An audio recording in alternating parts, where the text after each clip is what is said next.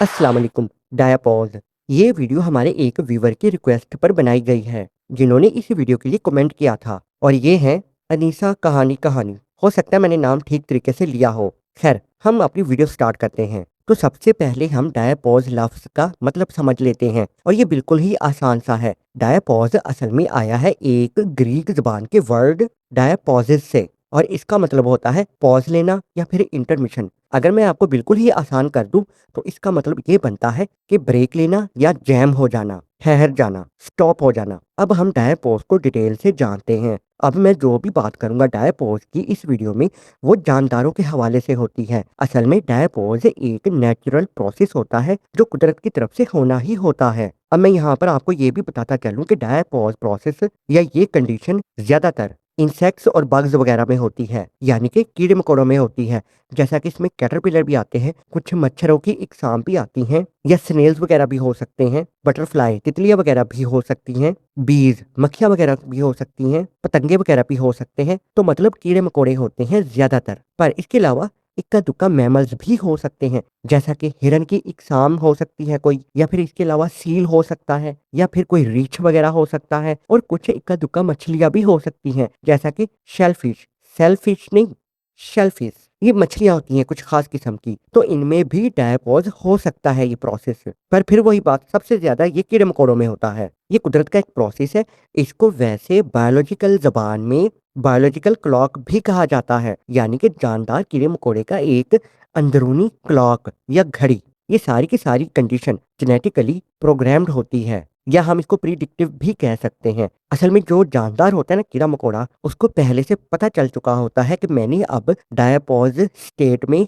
यानी इस कंडीशन में चले जाना है। तो जब एक कीड़ा मकोड़ा इस कंडीशन में जा चुका होता है, तो उसकी डेवलपमेंट और उसकी ग्रोथ बिल्कुल रुक चुकी होती है। अब इसमें आते हैं 3 पॉइंट्स। नंबर 1, इंडक्शन फेज, यानी कि ट्रिगर होना। जो कीड़ा मकोड़ा जानदार होता है, उसको इशारे मिलना शुरू हो जाते हैं कि अब ये स्टेट आने वाली है। या फिर मेंटेनेंस फेज, मतलब अब वो डीप स्लीप में जा चुका है। और इसके बाद तीसरे नंबर पर टर्मिनेशन फेज, यानी कि अब वेकअप कॉल होनी है। अब ये स्टेट, ये कंडीशन गुजर चुकी है। अगर हम इसको अपने तरीके से लेकर चले ना, तो मतलब ये है कि अब टाइम ट्रेवल हो चुका है। तो नंबर 1, इंडक्शन फेज। इसमें एक कीड़ा मकोड़ा या जानदार जिसने इस कंडीशन में यानी कि स्टेट में जाना होता है, तो क्या होता है, उसके नर्वस सिस्टम को, या यूं कहूं तो उसके दिमाग को इशारे मिलने शुरू हो जाते हैं। वो इस तरीके से, क्योंकि इर्द गिर्द का जो माहौल होता है ना, एनवायरनमेंट, वो बदलना शुरू होता है। मतलब बहुत ज्यादा सर्दी होने लगती है, या बहुत ज्यादा गर्मी होने लगती है। मतलब दिन छोटे होने लगे हैं ज्यादा, या बड़े होने लगे हैं, तो उसको यहाँ से इशारा मिलना शुरू हो जाता है। तो जाहिर है अब उस कीड़े मकोड़े को पता चल चुका होता है कि मैंने अब डीप स्लीप में जाना है, क्योंकि उसके दिमाग को सिग्नल इशारा जा चुका है।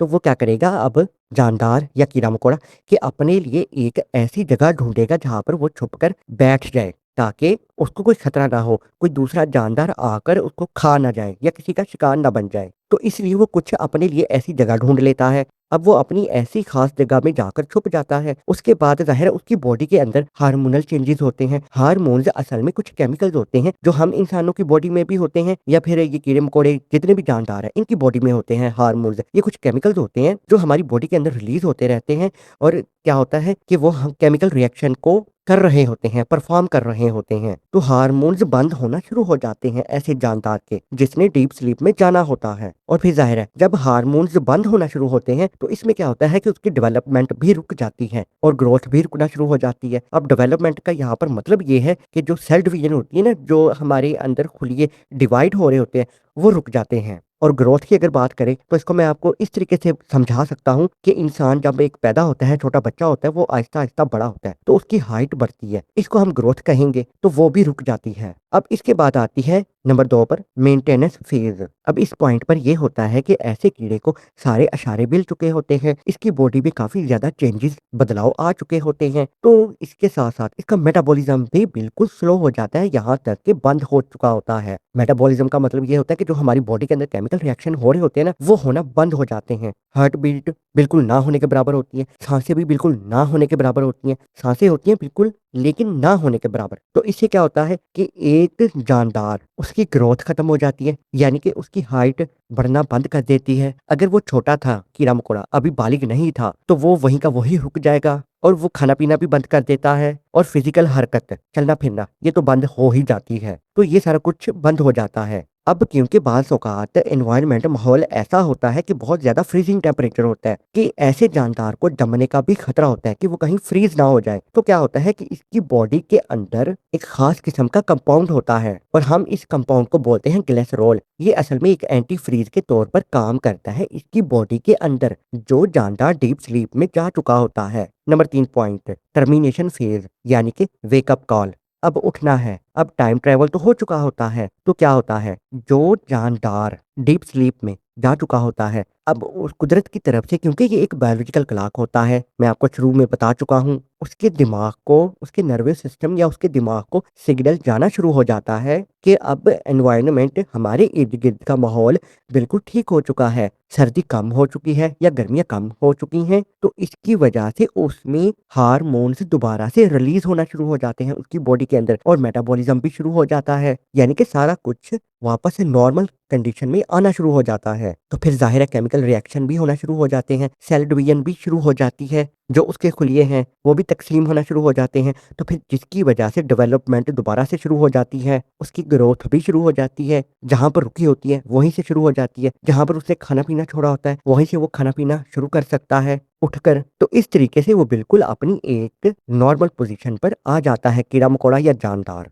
यहाँ पर मैं आपको एक और ख़ास बात भी बता दूँ कि जब डायपॉज़ में एक जानदार डीप स्लीप में जा चुका होता है, क्योंकि अब उसने टाइम ट्रैवल करना होता है, तो इसको कोई भी अगर डिस्टर्ब करेगा ना, मतलब उसको तंग करेगा, तो वो नहीं उठेगा, तो वो कभी भी नहीं उठेगा डिस्टर्ब होने से। वो डीप स्लीप में ही रहेगा, क्योंकि वो बिल्कुल जैम हो चुका होता है। पर हाइबरनेशन में, जिस पर पहले मैं वैसे वीडियो बना चुका हूँ, इस वीडियो के एंड पर आपको ये भी मिल जाएगी। इस वीडियो को देखने के बाद आप वो भी चेकआउट कर सकते हो, हाइबरनेशन वाली। तो हाइबरनेशन में ऐसा होता है कि डीप स्लीप में तो जानदार चला जाता है, पर अगर उस जानदार को कोई भी डिस्टर्ब करेगा ना, तो वो हाइबरनेशन से बाहर निकल आएगा, यानी कि उठ जाएगा। पर डायपॉज़ में ऐसा नहीं होता, इसमें वो डीप स्लीप में ही रहता है। तो ये हाइबरनेशन और डायपॉज़ में अच्छा खासा फ़र्क होता है। पर अगर हम प्रोसेस की बात करें ना, तो ओवरऑल थोड़ा बहुत मिलता-जुलता ही लगता है हमें ये। अब ये तो मैंने आपको प्रोसेस बताया है, पर डायपॉज़ बाज़ औक़ात एग, अंडों के साथ भी होता है, जो कीड़े-मकोड़ों के अंडे होते हैं ना, उनके साथ भी होता है। उसमें क्या होता है कि एक अंडे होते हैं ना कीड़े-मकोड़ों के, उसके अंदर ज़ाहिर बेबी कीड़े-मकोड़े होते हैं, छोटे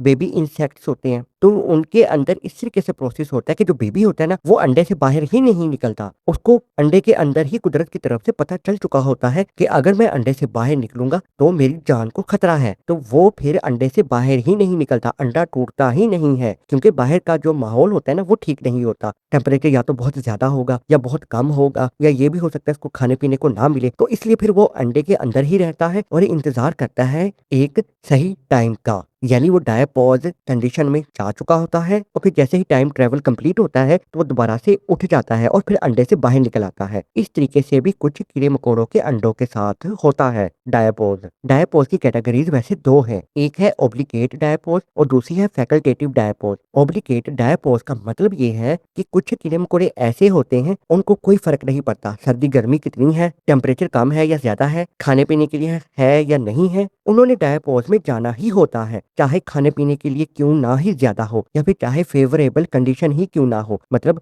टेम्परेचर अच्छा ही क्यों ना हो, वो डायपॉज़ में चले ही जाते हैं कीड़े-मकोड़े। क्योंकि कुदरत की तरफ से ये डायपॉज़ का प्रोसेस ऐसे कीड़े-मकोड़ों के साथ होना ही है ज़रूर। फिर चाहे हालात कितने ही क्यों ना अच्छे हों, वो डायपॉज़ कंडीशन में ऐसे कीड़े-मकोड़े चले जाते हैं। और फैकल्टेटिव डायपॉज़, अब इसमें क्या होता है, तो सीधी-सी बात है कि जैसे ही कीड़े-मकोड़े या जानदार को पता चलता है कि एनवायरनमेंट, माहौल या मौसम या टेम्परेचर अच्छा नहीं है और हमारे खाने-पीने के लिए भी इतना अच्छा नहीं है, मतलब हमें खाने-पीने के लिए अभी इतना अच्छा नहीं मिलेगा या हम अपना खाना-पीना अच्छे तरीके से अब खराब मौसम में नहीं ढूँढ सकते, तो वो क्या करते हैं, फिर वो डायपॉज़ कंडीशन में जा चुके होते हैं या चले जाते हैं। इसको हम ऑप्शनल डायपॉज़ भी कह सकते हैं। अब यहाँ पर एक और सवाल भी कि डायपॉज़ या ये टाइम ट्रैवल कितनी देर के लिए होता है? तो ये वैसे मुख्तलिफ होता है। अक्सर हम बात करें ना तो वो ज़्यादातर 4 से 6 महीने का ही होता है, या ये 11 महीने तक का भी हो सकता है, या फिर ये 3 से 5 साल का भी हो सकता है डायपॉज़। पर अगर हम रिकॉर्ड होल्डर की बात करें तो ये रिकॉर्ड होल्डर है 30 साल का डायपॉज़, और ये है एक युका मॉथ के पास। ये असल में एक पतंगा ही होता है युका मॉथ। तो रिसर्चर्स के मुताबिक ये शायद 3 साल डायपॉज़ में रहा है,